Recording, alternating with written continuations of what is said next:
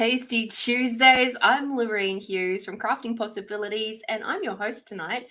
And tonight we have Daphne Boer, who is, joining us Hi. from little old Adelaide. Yes, I think. Sure thing. Yeah. From Australia. Yeah. Somewhere in Australia. Somewhere in Australia. I was like, I think it's Adelaide.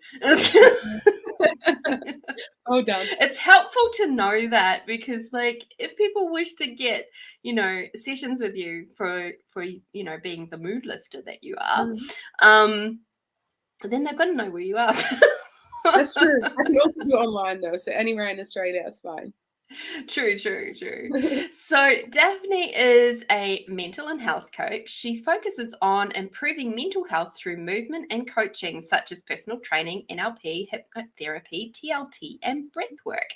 She has lost 2 babies through miscarriages and now is a proud mum of a beautiful, nearly 7-month-old son.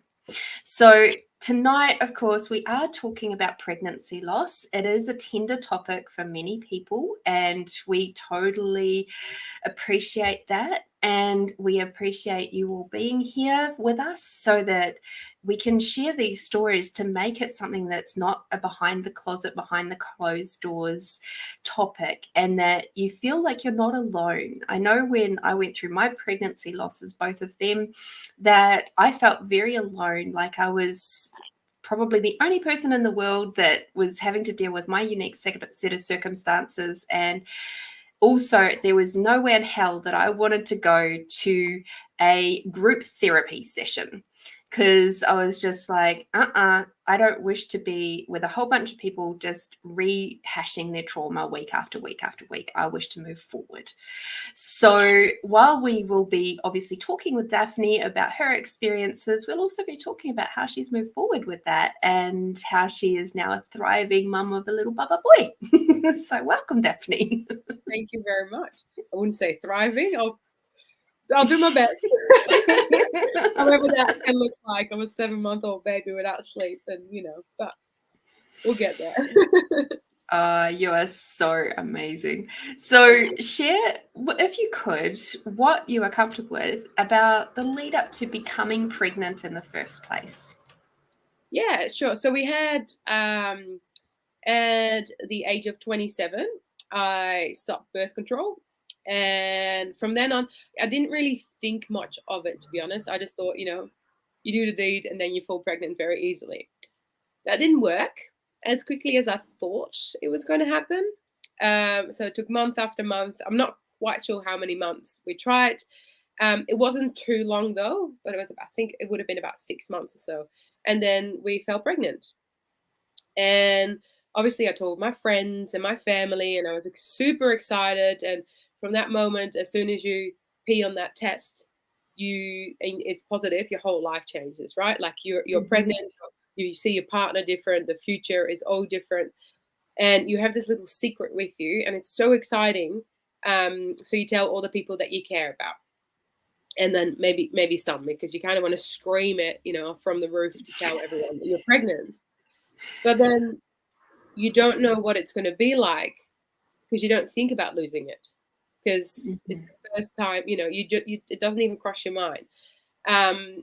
So the first pregnancy, I went to got a dating scan, and obviously went to the doctor all excited. Went to got a dating scan, and the baby measured a little bit less at 5 days and 5 weeks and 6 days or something like that, and there was just a heartbeat.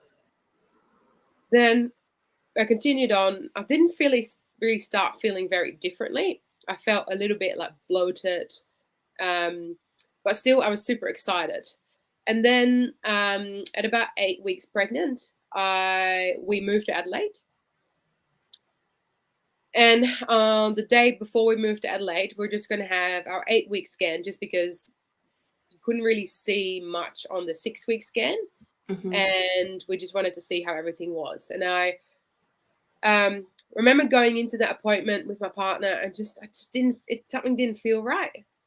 But I was also excited to see my baby, but I'm like, it's probably just in my head. And then she put the ultrasound on me, and then she started just moving around that I don't know, whatever you call that thing, the thingy.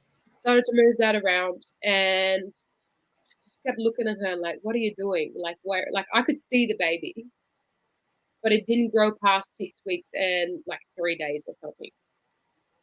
Wow. So then she wanted to do the vaginal one, like the big one, and to go around there just to check if there was actually, like, if it wasn't looking good. And I remember just going, because I then had to get changed.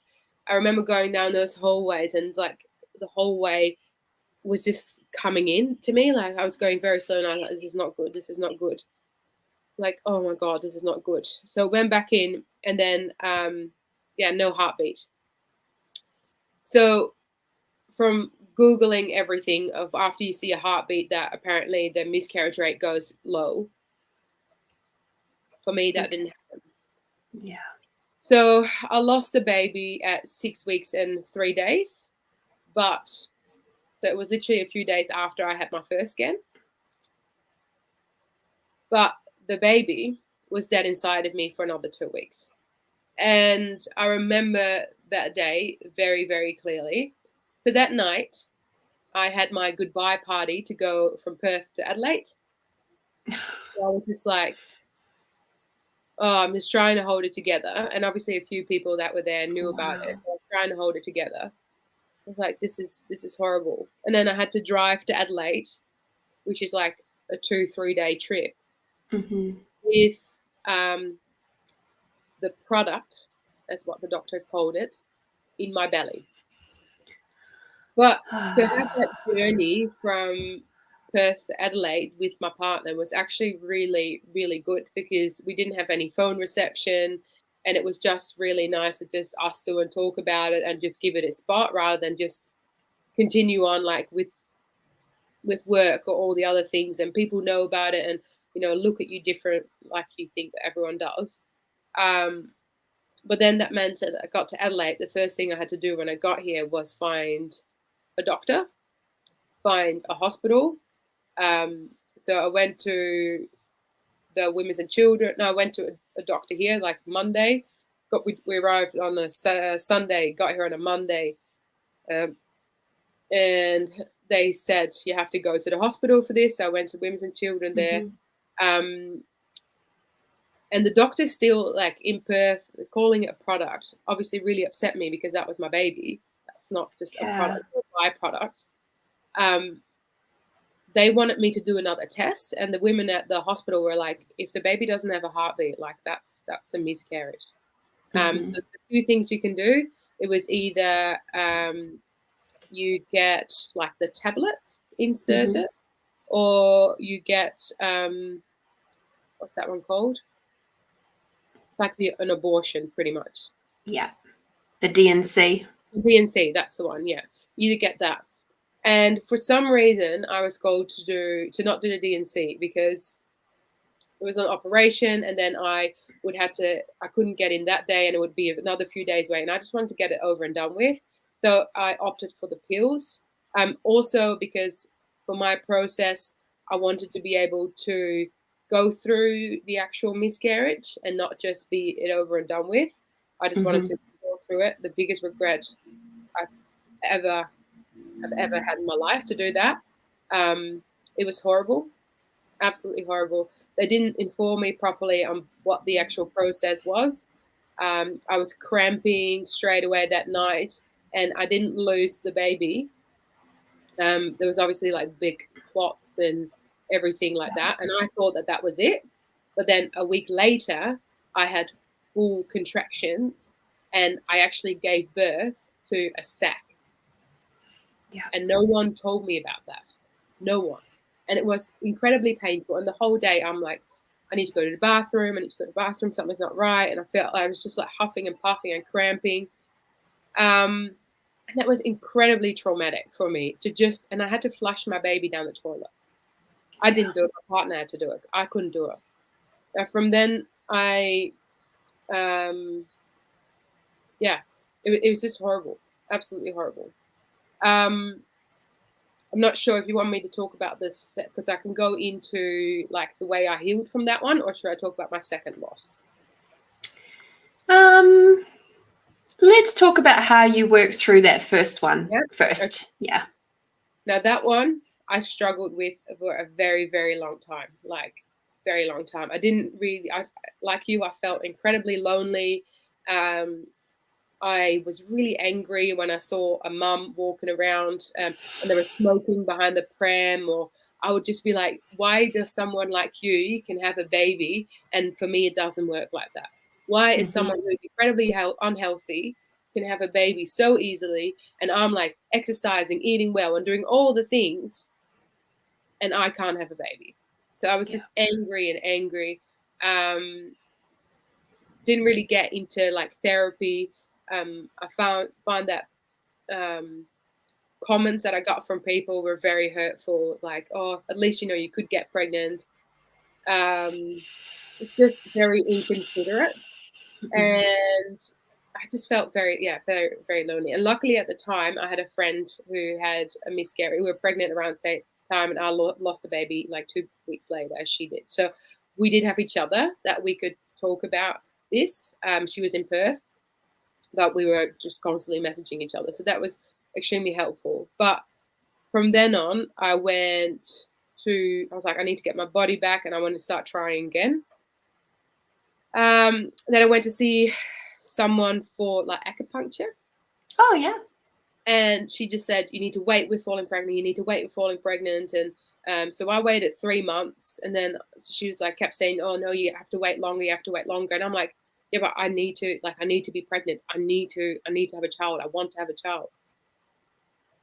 And every month when I got there, and obviously after my cycle back, she kept looking at my tongue and saying, oh, this is like, it's not good. And this is not good. And it was just like every time my cycle started and there was something not right. So yeah, she wanted to wait. And then we went on for 10 more months of trying. Maybe even longer. That's what I remember. 10 more months of trying. And I kept going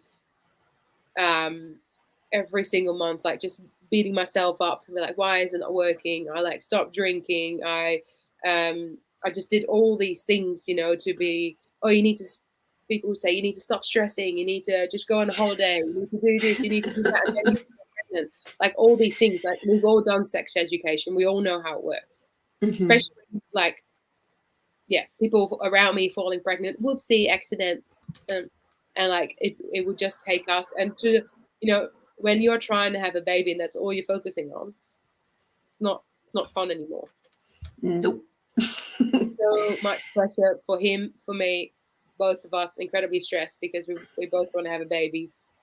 But yeah, mentally, I was not recovered from that at all. All I was thinking was just, I need to be pregnant again. Then I somehow fell pregnant again. Then I did an NLP, timeline therapy, and hypno course. And at that stage, I was around 6 weeks pregnant, I think. Okay. So same thing, everything like worked. Everything was going really well. I was really excited again because second time, surely it will be okay. Everything will be absolutely fine. Spoke a lot about my loss and that I was pregnant again and how excited I was. And then I had a scan on a Friday. I was about 9 weeks. Had a scan on a Friday. Then I had Thursday, I had a breath workshop, Friday, Saturday, Sunday. And then on that scan, again, I was like, had a heartbeat. Everything was looking really well. The lady who did the scan was like, oh, so cute. Like, it's all looking very good and beautiful little heartbeat. And I left that scan and I sent photos to my family. And I'm like, said to my partner again, it doesn't feel good. There's something not right. And I don't know if that's just because of my previous experience or if it's my gut feeling. Then Monday, I started bleeding. So again, a few days after the scan. Yeah. Then I was like, how is this possible? Like, I'm 9 weeks. Like, surely not. This is not it. And then went to the hospital Tuesday morning because Monday night I started bleeding. Called the hospital like, oh, it's very common. Don't worry about it. Very common about it. Tuesday I went to work as normal. And then I started losing clots. So I was like, that's it. Yeah, no. This is not good. Still went to the hospital that day. Then the ultrasound didn't work. So I had to come back the next day. Like, they couldn't see anything on it, which would have meant that the baby was already gone. But they're like, oh, I can't see it. The sonographer has actually already gone home. So we have to do it tomorrow morning at like the actual ultrasound place. And I was like, cool. But I didn't sleep that night. Then I had the tools of, well, I already knew the next day that was gone. Like, I knew it. Like, there was no doubt about it. But because of my previous experience, I'm like, I am choosing not to have this again, and I'm choosing not to have this feeling again. So I went to booking with a therapist. I spoke to my friends about it, and I booked in with a lady who was specialized in like pregnancy loss and abortion. So I booked in with her as well. So straight away took action. Had NLP timeline and hypno behind me and breath work at this stage. So really worked my way through it. And I got over this one. Got over it really, really quickly. I gave it a spot. Maybe I should say that. I gave it a spot very, very quickly, just because I did all the stuff prior to it. Yeah, I'm sure other things are going to arise soon that I'm going to be like, I forgot about that. But yeah. So I'm curious, I know we're talking about us as women, but I know that the dads out there often don't get much of a, like, how do you perceive he was reacting through all of this? You know, they often sort of keep their feelings a bit close to their chest. I think for him it was more like, as a female, obviously, as soon as you are pregnant, you have a connection with that baby. For men, it's a bit less, but for him to see me going through it was pretty horrific. But it was amazing. Like, the first loss, he bought a weighted blanket to put on me. Yeah, less. And the second loss, obviously, yeah, we worked through it, but he was really good in like pushing me into talking to people. Yeah, he was obviously upset because it's also his child. Probably should talk about this a little bit more with him too now, I realize. But yeah, now we have our child. It is also different. Yeah. And I've realized now also that I'm not sure, like, I've given it more of a spot now I've got my child, and I feel like that's the same for him. Yeah. Yeah, I can see that. Yeah. So what sort of other things, I'm just going to backtrack actually just a little bit to that moment where after the first loss, when you're out at the shops and stuff, and there's that anger, and I can absolutely relate to that. When I was in between my two pregnancies, there was a moment I was out at Kmart, and there was the two parents. You could tell they were the parents, but they were younger. They were maybe at 19, 20 perhaps. And you could, without, throwing aspersions or anything, but they were, you could tell that they'd probably just had a bloody good night at a party, and they'd accidentally gotten pregnant. And one of theirs dad, the grandfather, was sort of all gooing and garring over the baby, but these two younger ones were just like, yeah, whatever's, And I looked at them and I just got so angry. I was like, I have wanted a baby for more than 15 years. And you two just get to have a fun night out. I'm guessing here, and you don't even give a shit about that kid. That was like, it was all totally unreasonable thoughts going through my head, but I was just so angry that that wasn't me. And, I totally get that. And I don't think that's something that we speak about very often, is that level of anger that comes up of, why can't that be me? And we push it down because it's not acceptable and blah, blah, blah, and it gets stuck into our cells, and then it makes us sick. Yep. Throws off our energy field, so that, when we do try again, it becomes harder and harder because we've got all this unprocessed anger. It's not even really the sadness, because we're allowed to cry, but not too much. But we're allowed to cry. And only for so long. Yes. Yeah. You just got to get over it. Yeah. You've cried long enough now. Move on. Yep. You can try again. It's all right. Yeah, that's fine. Don't worry about that. Yeah, that's the comments I got a lot. And it's like, I found that to be like, from my experience, what happened is I was trying really hard to not express too much of my rawness, because we were dealing with genetic issues which had been passed down from my partner at the time. His dad had come through to him. And, while we knew that that was a factor in our pregnancy journey, and so my story is a little bit different in that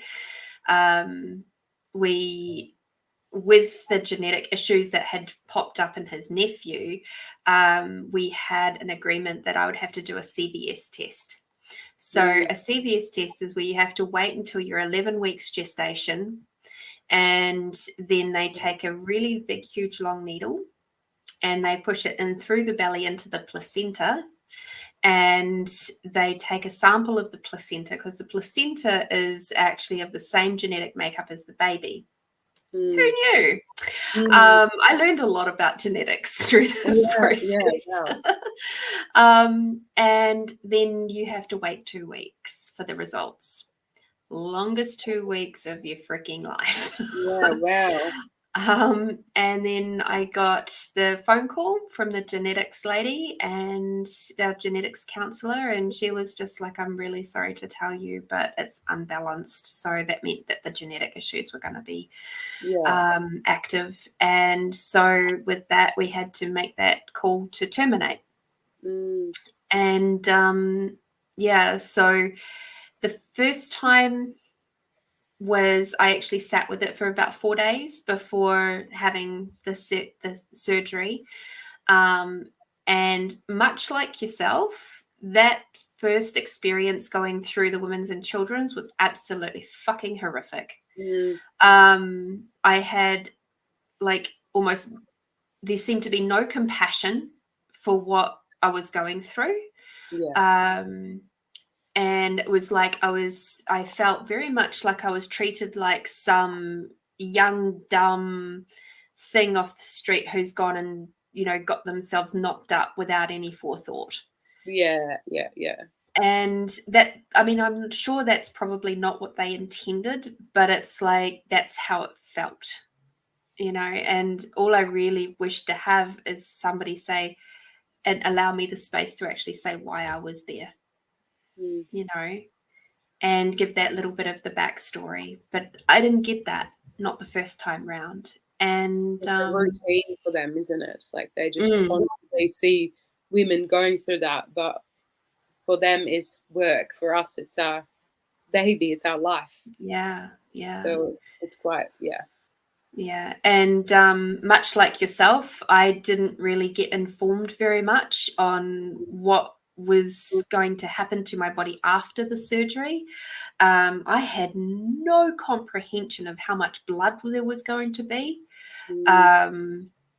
And, like it was, even I remember, the first time around, they also gave me a enema while I was in the surgery. So I've come out of recovery. I've gone back to my bed. I really have to go to the toilet. And I've gone to the toilet, and all of a sudden there's just like, and there's like blood and, you know, stuff coming out, feces and all the rest of it, just like a big huge dump into the toilet. And my partner goes, "Are you okay in there?" Because it sounded like I'd vomited. It was that big. And I was just like, yeah, I think. They need to surely get consent for that. Wow. So second time around, they didn't give me an enema, which was interesting. And that was only a span difference of about 6 months, 8 months between the two. Very strange. Yeah, wow. But it was the pain, like the leading up to it, the pills and all that, because I was taking mine orally. That we were I was supposed to go in for surgery at 10 a.m. So I was in the hospital from 7, and you know, I had already been starting to bleed and stuff, and we didn't get to go in until 3 o'clock in the afternoon. So I was essentially already very much on my way to miscarriage before I was even in the theatre room. Yeah, wow. And so bearing in mind I was 14 and a half weeks. So, you know, it was pretty traumatic. And because for me and what I was dealing with at home, I was dealing with my partner's grief and also his pain, his disappointment, and feeling like he'd let me down. I was also having to deal with his dad, who lived right next door, and having all of his grief sitting there. He felt responsible for what we were going through, because his genetics got messed up because when he was over in Vietnam. So he was a Vietnam vet, and he got exposed to all the chemicals because that's what happened back in those days, and that's how it messed up his genetics, which then passed on to his 2 children. Yeah. Wow. So it's a full-on topic, and I know this is going to be pretty hard for people to listen to, and so I appreciate those who are and who are sticking with us through this. But we require to have these very raw conversations, because if we don't, there's going to be more people like you and me who are out there in the world going, what the hell just happened to me? And I don't think nobody's ever spoken to me about this. Like, you know, even if I know at one point I asked my mum, have you ever had a miscarriage? Oh yeah, I think so. Yeah. And that's topic ends. Yeah. You know, there's no further discussion at all. No, that's it. Yeah. Yeah. It's crazy. And it's so common now as well, because back in the day, obviously without the ultrasounds, you didn't even know you were pregnant until you've lost stopped like 2 or 3 periods. So now it's like, you know, from 4 weeks pregnant, then you have to wait until you've missed 2 or 3 periods until you're probably pregnant. So if you then get your period after like 8 weeks, you're like, oh, okay. Yes. Could have been a miscarriage, or it could have been. Yeah, and the period lasts for like 2 solid weeks. Yeah. Well, my second loss, that was within a week, I stopped bleeding. Wow. Very quick. Yeah. It was like a normal period, this one. This one was like a normal period, not the first one. Yeah. Yeah. I have to say, first time round, I didn't receive any like spiritual help. I didn't have any tools sitting behind me as such. And the bleeding was 6 weeks. Oh, that one was like, I think I was about 6 weeks, 7. Well, it felt like forever. Yeah, and it was so heavy, and like the cramping was awful. And you know, I mean, I'm quite experienced with cramping because I used to get quite severe cramps throughout my menstrual life. So, but this was way worse than what I'd ever experienced. And I was like, my God, it was so tiring. And, along with having to just deal with everybody else's regret and guilt and all of that sort of stuff, I was just like, oh. Yep. Yes.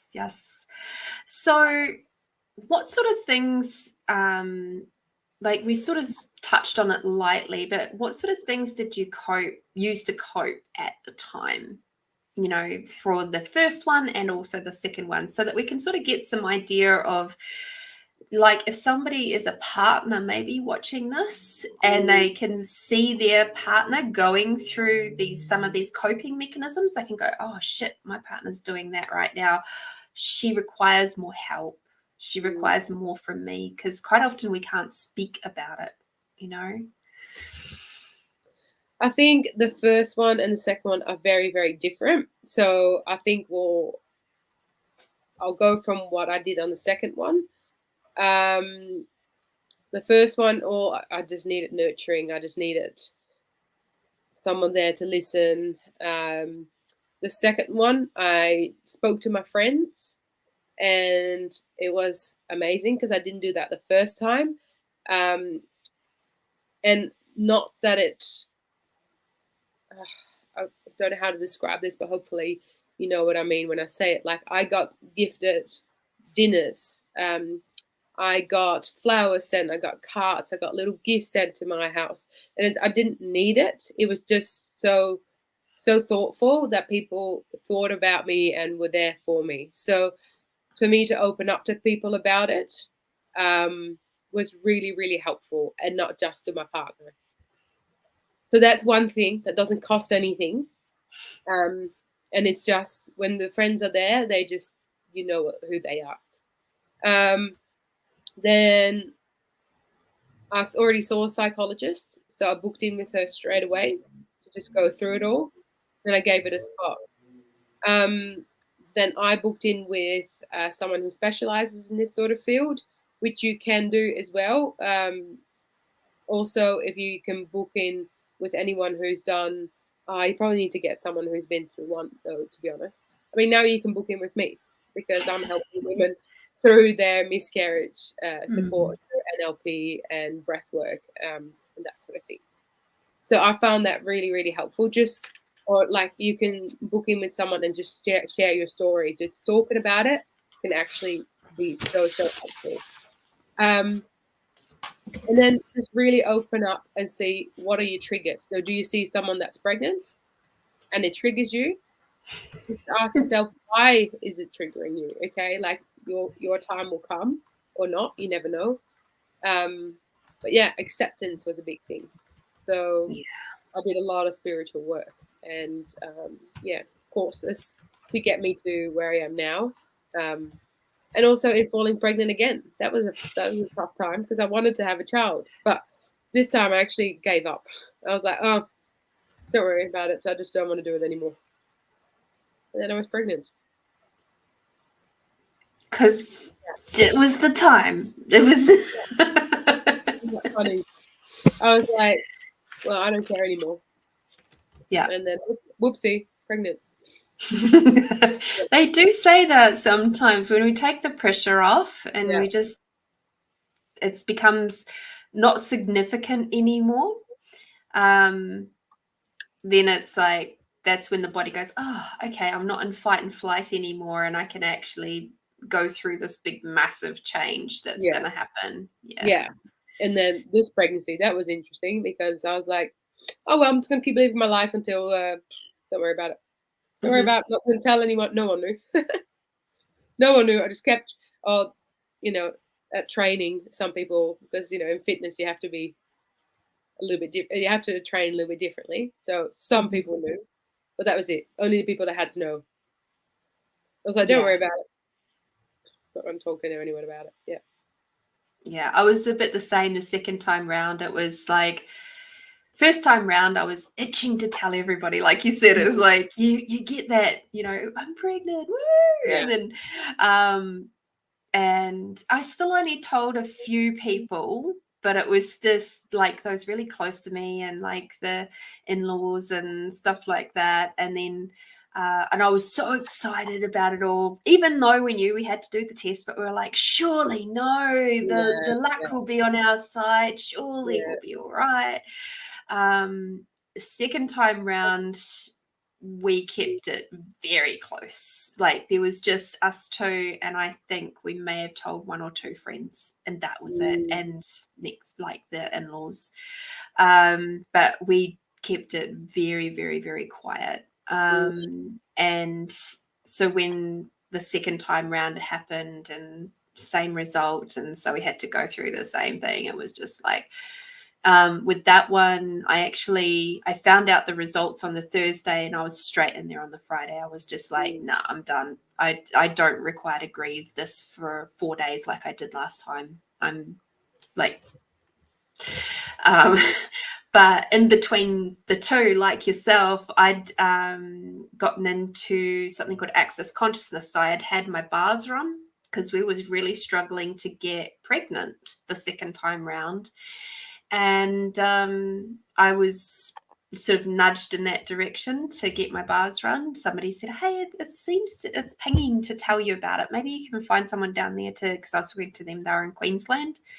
And I was like, oh, maybe you can see if you can find somebody to do it. And so this beautiful lady called Judy Valero, she ran my bars. She came to my house. She ran my bars.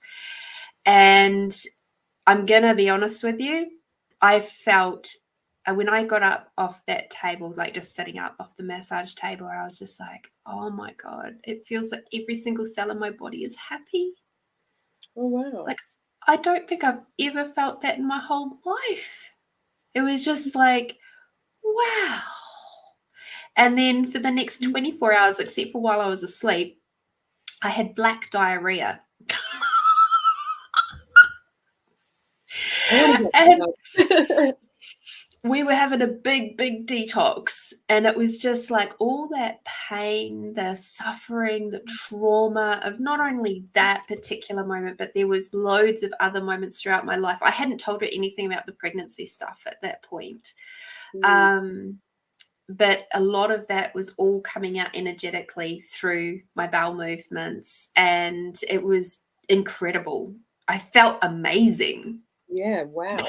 But I want to get one. Not everybody has that reaction on their first time around, but and then a couple of months later, we still hadn't fallen pregnant, so I actually got her back. And the other big thing that happened for me around that time that I see as being positive, every single moment that we have these things, there are positives that come out of it. And one of the positives for me is that I started to actually value my spiritual, energetic well-being as well as my body health. And so I got her back, and we did some really specific stuff around family and clearing stuff like projections and expectations around pregnancy and family and what that looks like, what that doesn't look like, and all that sort of thing. And that week I actually got pregnant the second time round. Yeah. Yeah, wow. So, yeah, unfortunately, it was still same result.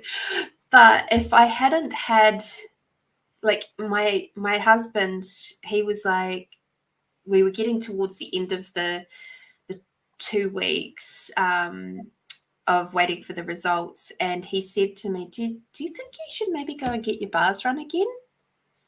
Because he could see the change in me. He could see how much lighter and happier I was. And I said, you know what? No, not until after we get the results, because one way or the other, I'm probably going to require my bus to be run. Yeah. I may as well just wait a few more days and find out what's going to happen. And the interesting thing with that one was that, yes, I did get her back. So I had the termination on the Friday. I had her back on the Tuesday to do another session with me. And with that one, it was just a general session just to help heal up me from the inside out. And that particular termination with the bleeding and everything, that was only 4 weeks long. and almost no pain whatsoever. Interesting. And yeah, and I was just like, wow, to go have it be so vastly different between the two experiences. And I was just like, this is incredible. Absolutely incredible. Yeah. Amazing. So with your journey with being pregnant, actually pregnant, and for the third time, like you sort of mentioned, it was kind of like, yeah, whatever, it's just what else was running underneath that? Because I'm curious if there was stuff brewing away that was sort of... My God, so much fear. So much fear. But also a sense of relief, because I felt like I could finally talk about the miscarriages, because I didn't want to talk about that. So that was huge. But then I also really, really enjoyed my pregnancy. I enjoyed it so much. I enjoyed every single second of it, right up until I gave birth. But I mean, and then I enjoyed birth as well. But there was a constant fear of going to the bathroom and there being blood there, right up until I gave birth.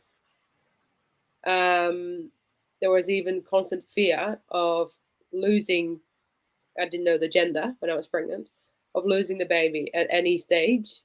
I was just waiting for something to go wrong. But also when I did, while I was pregnant, I did my master's in NLP, breathwork, NLP, timeline therapy and hypnotherapy. And I had this very spiritual connection to him. Whereas in one of them, I can't remember what exercise we did, but it was like going in tune, and it was it was the warrior archetype. I'm not sure if you're familiar with that. And all I had to walk out of the room because everyone was like inside their own body, and it was about warrior, and that came out what archetype, and I just went straight to the baby, and all I could hear was, "I'm going to make it. I'm going to make it." So I walked out, and then I was like bawling my eyes out, and then one of the ladies who's absolutely amazing came out, and we just both sat there in tears to be like, I'm this baby is going to make it. He's going to make it. And yeah, that was really, really beautiful. And every time when I had some sort of doubt, it took me back to that moment. Because we might think, we are so connected with our baby, and if I could not feel movement or movement mostly, or I couldn't feel the baby, I would just sit there and meditate, and the baby would start moving. Like it was just, I was so connected to him. I already knew it was going to be a boy when he was born. I was like, yeah, told you it was going to be a boy. But yeah, just the connection. And I feel like once you've had a loss, you experience pregnancy in such a different way because you are so grateful. And the morning sickness. And I was so excited that I was so sick because like, I thought this is going to be for the baby. Like it is what it is. You know what I mean? Like everything, I was like, I mean, yes, at one stage I was like, oh my God, I don't know how I'm going to do this. But the vomiting was only at night. So that was really good. So no one would know that I would be pregnant because during the day I would work and I would only be sick at night. So he did that very well. But yeah, like things like that. So just really connecting with my own body was like the best thing to do. Yeah, absolutely. Absolutely. I'm just so happy for you. I can... So it's like if it wasn't for my 2 pregnancies that I had, I don't know that I would be the energetic healer that I am. She very much forced me into following my energetic healing path. And like, it's just been so amazing to me that she's been able to do that. Like, I remember it was within that first year, because unfortunately my husband and I, it ended us. We couldn't continue. We were both dealing with so much grief and so much pain internally, and we loved each other so much that it was like, and I know that sounds a bit crazy, but we loved each other so much that we knew we had to go our own ways, because we would just destroy ourselves by staying together. And it wouldn't be that we'd destroy each other, because we loved each other too much. So, and we just couldn't see each other in any more pain or grief anymore. And it was so, you know, we went our separate ways, but we're friends now. We're good friends now, and it's cool. But yeah, we certainly had to have our period of time apart. And within that first year, I was at a bars class where I was, I'd actually done 3 classes already. So I was on my way to becoming a facilitator of bars. And I was filling in as an extra head at another class, and I was on the table, I was receiving, and all of a sudden my belly started like feeling like it was bubbling. And I was like starting to cry and all this. And the young lass that was running my bars, she did such an excellent job of just holding space. And the facilitator came up and she's like, is everything okay? And I'm like, I don't know, my stomach is like just doing this weird bubbling thing. It's like, looks like clopping mud. Coming from a geothermal area of New Zealand, like that was the only thing I could relate it to, was the plopping mud. Yeah. And so thick, sticky, and ploppy, like bubbly. And similar, yeah, pretty much. And so she took me through a few different things, asked me a few questions, and eventually we came to the thing of like the spirit of my baby, who had tried 3 times. I know I'm only talking about the 2, but there's the third one, which was a few years before that, which was actually a miscarriage, a natural miscarriage. She tried 3 times to come through and be with me. And I just said to her, honey, you know, you don't have to come through my body to be with me, right? You can actually just be a part of my spirit team. And as soon as I said that, she was like, she calmed immediately. My belly calmed. Everything went ease and peaceful. And she's been with me ever since. And she floats in and around me, and she's just like brings in that childlike energy. But man, is she fierce. Like, you don't mess with her. And she is one hell of a healer as well. And I'm just like, how did I get so lucky to have such a potent being in my life, you know? And I know if it wasn't for her choosing me as she has done, I wouldn't be where I am now. And that's what I mean by there's just so many gifts that come forward through these terribly traumatic experiences.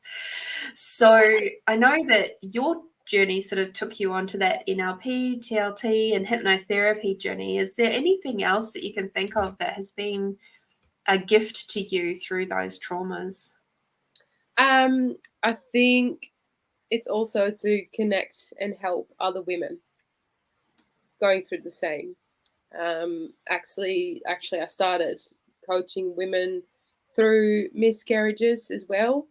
Afterwards, to give it a spot, and yeah, just to do that, and also opening up the conversation with other people. And for me, I talk about my mental health very openly, because that hasn't always been great, but to just talk about that and to create conversations with people that are going through or have been going through it, and for them also to have, hold space for them to talk about it. I think that's very, very important, and it makes me feel very, when I do this type of work, it makes me feel very calm, and it's just what I was meant to do.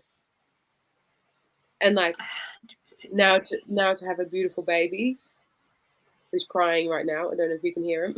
No. To go through that as well, and to have other mothers saying yes, they went through the same, and then you talk about motherhood in a completely different way too.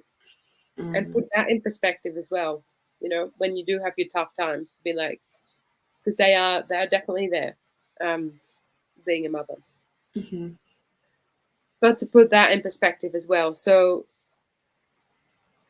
yeah, I think that's it. I find due to some other things going on in my life right now, I have kind of lost the not, I wouldn't say it lost, but I've kind of tapped out of my spirituality.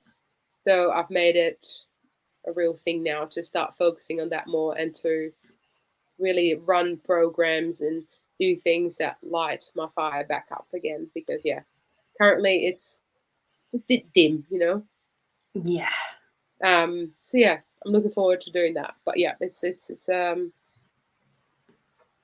definitely brought in heaps of spirituality for me to have these losses. And one, I'll say it very quickly, but the first one always comes back in a white feather. When I was talking about my loss, I had 3 women sitting, I was standing up, and a white feather lands on my shoulder. I went to the hairdresser not that long ago, and I was talking about my loss and talking about the white feather, and she took the cape off, and I had a towel here, and she's like, "Look what's on your left shoulder," and I was like, "Told you." I've had in the hallway in this house, I'm in this room, which is now the baby's room, found a white feather. I've got on the that's got, what do you call that? Like for the mosquitoes, no feather, no feather can go in that. Just things like that. So, and it's what people believe, but it makes me so happy to see that, and it gives me so much joy to see that they're with me. So even if people think, "Oh, that's not true," it doesn't matter, because in my life it is true, and it brings me happiness and joy. Oh, and I also got this little. Where's my camera? That was yes, the heart. Yeah.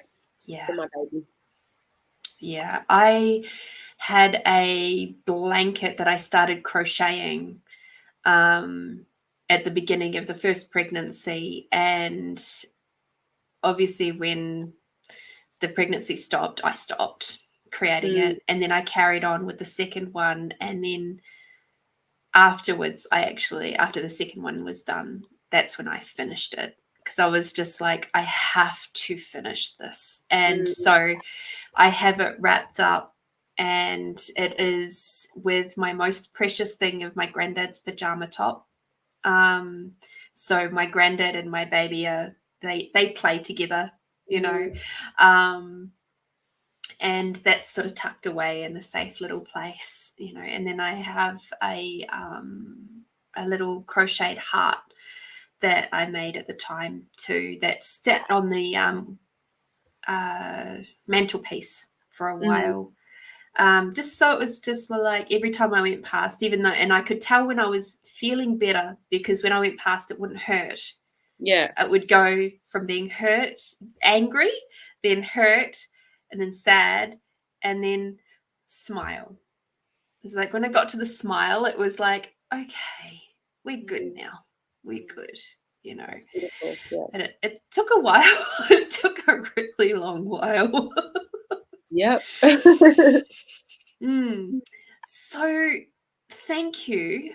Thank you so much for coming on to play with us today and to experience and share with us your experiences. I'm so grateful for your vulnerability, and, you know, the fact that your beautiful little boy now gets to, you know, share in your life, and you get to share in his. And, you know, I'm sure he's doing a hell of a lot of healing with you through every single day of his life. And whether you sort of realize it or not, it's amazing what our little ones do. I say it. He's saved me in more ways than he could ever know. He would, Yeah, absolutely. And of course, you got to travel internationally with him just recently. Yeah, look, I wouldn't recommend doing that by yourself, but you know. Yeah, I mean, it's a week. I've been back for just over a week. I came back on a Sunday last week. Still not 100% recovered. Yeah. To be fair, he was teething. Then he got a cold as well. which I'm Oh, recovering from. So yeah. oh, but I bet you it was such a massive, big thrill for your family back Yeah, home that to was see pretty cool. them. Yeah. Yeah. So if people do want to catch you for training or, any one-to-one sessions, health coaching, mental health coaching, like how can they get in touch with you? What's the So best way? you can either go directly onto my social media, it's just the Mood Lifter, or you can go to themoodlifter@gmail.com and just flick me a message. Beautiful. Mm. I love it. We can do one-on-ones online or in person. If you're in Adelaide. Oh my goodness. Thank you for being here. Thank you for your vulnerability. Thank you I'm just so freaking grateful for you choosing to come and play and share your experience, because we are truly healing so much of that underground trauma and grief just by talking about it. And let's all talk about it. Yeah, absolutely. So important, because the thing is, if we talk about it, then it can actually be healed quicker. Yeah, let us be the example. Yeah. You don't have to go through years of pain. No. Alrighty. So, of course, next week, not of course, but next week, my guest who is going to be having a chat with me around the same topic, and her experiences are a little bit different from ours. And her name is Cara Love, and she's from the States. And I'm really looking forward to you all having a listen to what she has to say. And she had a lot of she's got a lot of family stuff and elements in there too, and she's just a completely different scenario. So it's what I love about these conversations, is that we're coming together and bringing all of these different elements and being able to share them and show how we've progressed and moved forward, which is just super cool. And that's what I love about these conversations. So happy. And of course, I'll be back for Find You Fridays, the Friday reading show, intuitive readings and healings and stuff like that, which of course wouldn't have begun if it wasn't for this part of my journey. Just saying. Oh dear. So of course, till I see you next time, be bold, be brave, be you, my beautiful ones. Thank you for watching, and bye-bye. Thanks for having me. Bye.